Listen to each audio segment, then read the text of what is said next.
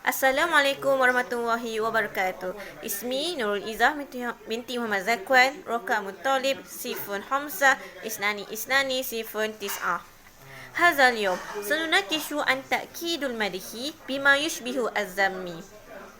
تأكيد المدح بما يشبه الذم في علم بادع، والثاني تأكيد المدح بما يشبه الذم أيضا في الجزء الظهري من المعنى، هو تقوية الثناء بإنكار العتاب ثم الثناء بعد الثناء. وأخيرا في تأكيد المدح بما يشبه الذم له طريقتان للقول. Bismillahirrahmanirrahim. Nama saya Nurul Afini binti Mahazan.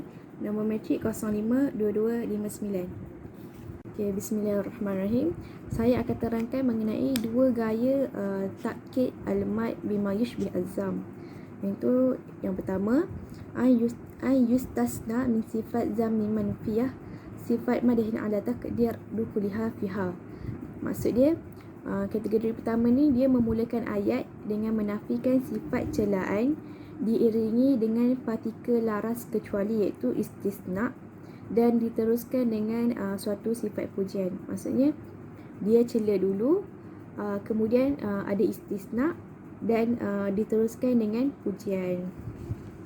Tujuan ukapan ini adalah untuk menambahkan lagi tahap kepujian selepas pujian pertama dengan gaya bahasa yang biasa digunakan oleh orang kebanyakan sebagai gaya bahasa celaan.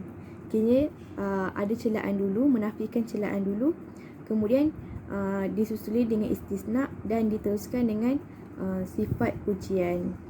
Okay, seterusnya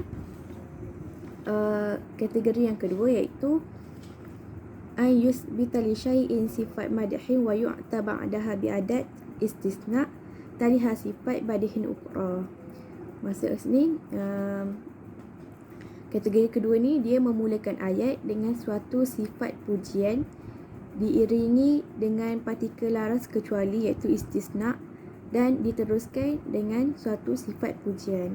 Maksudnya kedudukan dia kat sini puji dahulu, kemudian ada istisna dan diteruskan dengan pujian lagi.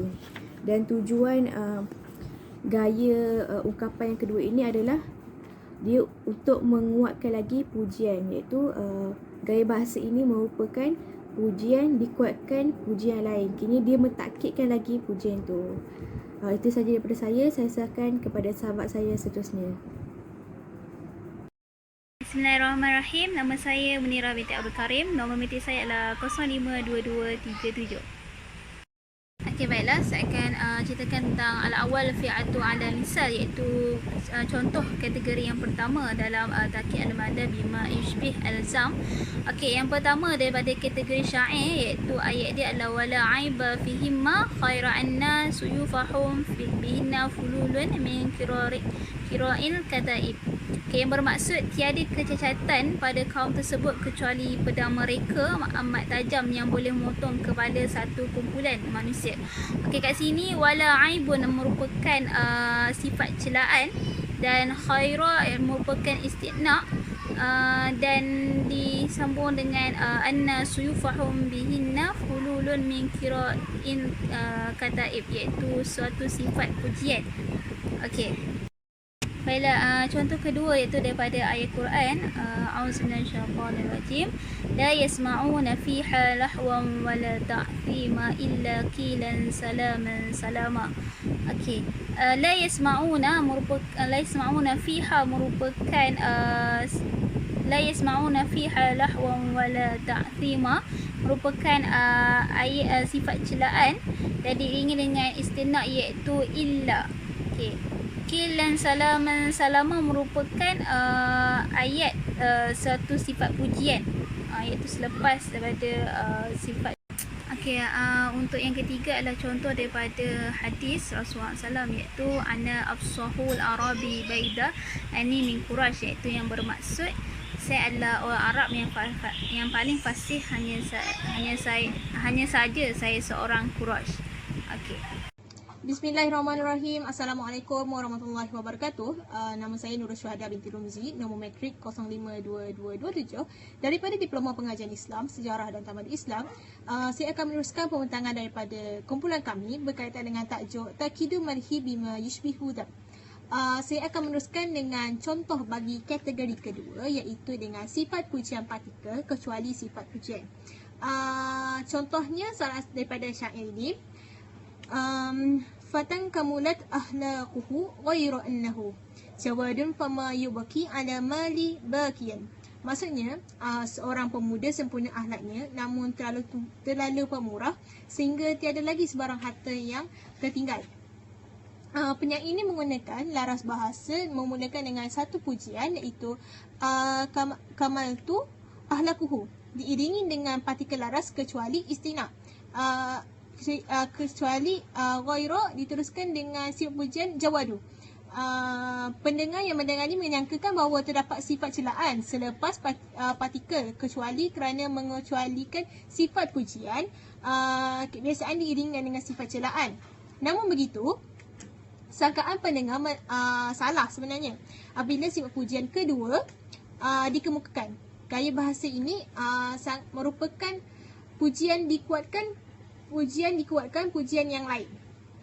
Seterusnya, contoh yang kedua, ana afsahu arabi baida anni min qurashi, iaitu bermaksud aku sepasih-pasih penutur Arab namun aku dalam kalangan bangsa Quraisy. Contoh daripada ini merupakan hadis Rasulullah SAW menyifatkan baginda dengan sifat kepasihan kata-kata ungkapan ana afsahu arabi, yang merupakan sifat pujian diiringi dengan partikel selaras kecuali baida. Laras ini menyebabkan pendengar menyangka terhadap sifat celaan selepas partikel kecuali kerana pengecualian sifat pujian kebiasaannya diiringi dengan sifat celaan. Namun begitu, sangkaan pendengar meleset apabila sifat pujian kedua dikemukakan min Quraisy, iaitu aku Rasulullah SAW daripada kaum Quraisy. Yang terkenal dengan kepasihan kata yang sangat tinggi. Gaya bahasa ini merupakan pujian dikuatkan pujian yang lain. Itu sahaja daripada saya. Saya teruskan kepada pentas seterusnya. Bismillahirrahmanirrahim. Assalamualaikum warahmatullahi wabarakatuh. Ismi Syafiqah Farah binti Samsi. Raqmu talabah Sifrun Hamsah Sani Wahid. Saya akan sambung kepada pembentangan yang terakhir, iaitu kesimpulan, iaitu hulasah. Hitaman ta'kid wasim yushbihu al-madhu huwa takrisu al-ar bi-inkari as-sana' allazi yutbi'uhu itab.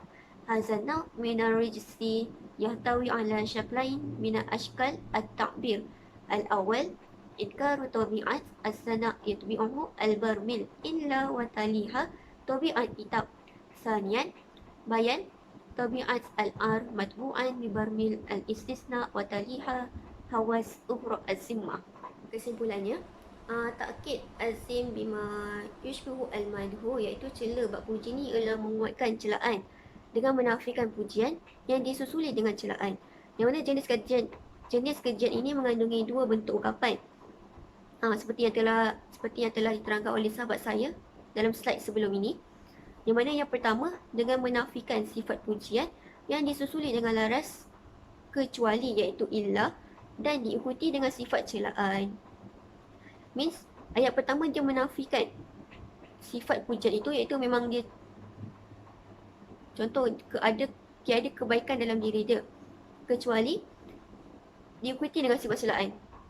Means kalau ada kebaikan pun dia hanya akan menyusahkan orang lain. Yang kedua, dengan menyatakan sifat celaan disusuli dengan laras kecuali dan diikuti dengan sifat celaan yang lain. Means sifat celaan dia tu memang awal-awal perkataan tu dia cakap sifat tercela orang tu, memang dia cakap sifat celaan orang, dan illa disusuli dengan laras kecuali illa dan diikuti dengan sifat celaan yang lain. Memang dia cakap dan diikuti dengan sifat celaan yang lain. Means dia memang tak cakap pujian dah, dia memang cakap keburukan orang tersebut. Itu sahaja kesimpulan yang dapat saya berikan berdasarkan tajuk kami. Sekian, terima kasih.